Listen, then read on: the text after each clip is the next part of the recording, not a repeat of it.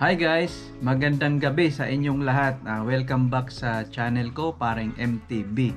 Ngayon guys, ang vlog ko is about kung bakit ako huminto sa pagta-tracking. Bago ako mag-proceed, nais ko pong magpasalamat sa owner-operator yung sa biyahe ko na first trip, yung nagpunta ako ng Nova Scotia at New Brunswick. Hindi ko na babanggitin ang pangalan niya kasi napaka-private na tao po siya. Brad, maraming salamat. Baka sakaling mapanood mo to in the future, ako po ay nagpapasalamat sa iyo kasi kahit papano nabigyan mo ako ng opportunity, ng chance na ma-experience ko ang pagdadrive ng long haul. So napaka the best ang experience ko, na enjoy ako sa pagdadrive, yung mga magagandang view sa highway. So kahit na ilang oras yung pagdadrive, no, na-enjoy ako sa kakatingin sa view. So yun nga Brad, salamat ng marami. Guys, hindi naman literally nag-stop ako sa pagta-tracking. Kasi ang nangyari doon sa first trip ko, may bukod sa ayos yung trip, na enjoy ko lahat, may isang bagay lang na hindi ako komportable at parang isang issue, kung sabihin ko na lang issue. Kasi ito ay i-consider ko na safety concern para sa akin. Ang trip ko kasi last time is team driving, may partner ako. So dapat yung truck is hindi hihinto. Kasi yung load namin is Amazon load. So alam naman natin pag Amazon, it is expedited load.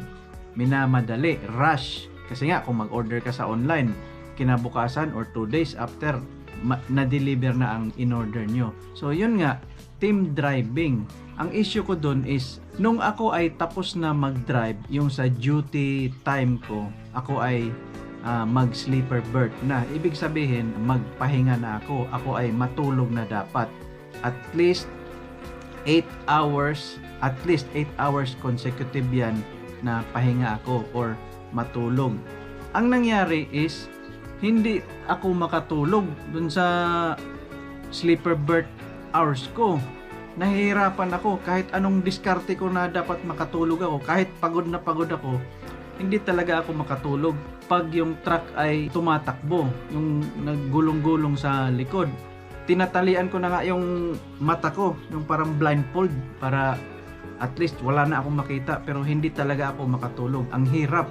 Kaya natapos na lang yung sleeper berth hours ko, mag-duty na ako, wala akong tulog. Tapos syempre pag wala kang tulog, hindi ka fit physically at saka mentally.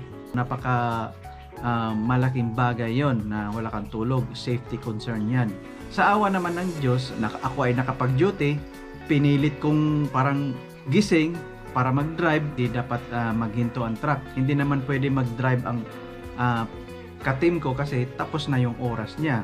Natapos ko yung second duty ko, tapos mag-sleeper berth na naman. Ngayon, talagang pagod na pagod ako. Ako ay nakatulog naman, pero nagising din ako ng after 2 hours.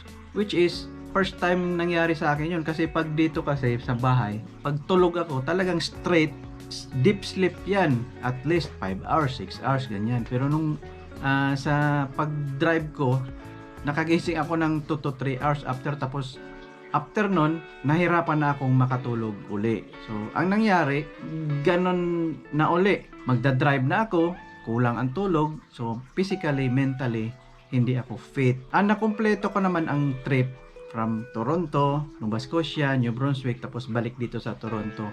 So nakumpleto ko, nagpasalamat ako na walang nangyari sa biyahe namin. Kahit na ako ay walang tulog, parang pinipilit ko lang magising para ma-drive yung truck. To be fair, nag-decide ako, sinabihan ko yung may-ari, honestly, na hindi ako magpatuloy sa pagdadrive. Kasi nga, yung sa team, hindi ako makatulog ng yung tumatakbo ang truck. Para sa akin lang sa experience ko lang. Kasi yung mga ibang team driver, okay naman sila. Wala naman silang problema, walang issue. Ito is yung experience ko lang. So nag-decide ako na hindi na ako magpatuloy doon sa kanya. Kasi doon naman sa kanila, wala silang solo driver. So team lahat. Hindi nag-decide na ako na hindi na ako magpatuloy. Kaya hindi nasundan yung first trip ko na video. So wala muna. So guys, ngayon may nililigawan akong company. Solo driving to. Gustong gusto ko talaga siya kasi isa siya sa pinaka safest fleet dito sa Canada. So safest, so yung safe na term, gusto ko yan. Abangan nyo sa next video ko, i-update ko kayo kung anong mangyari nito sa nililigawan kong company. So guys, please do like, share, subscribe, and see you in my next video.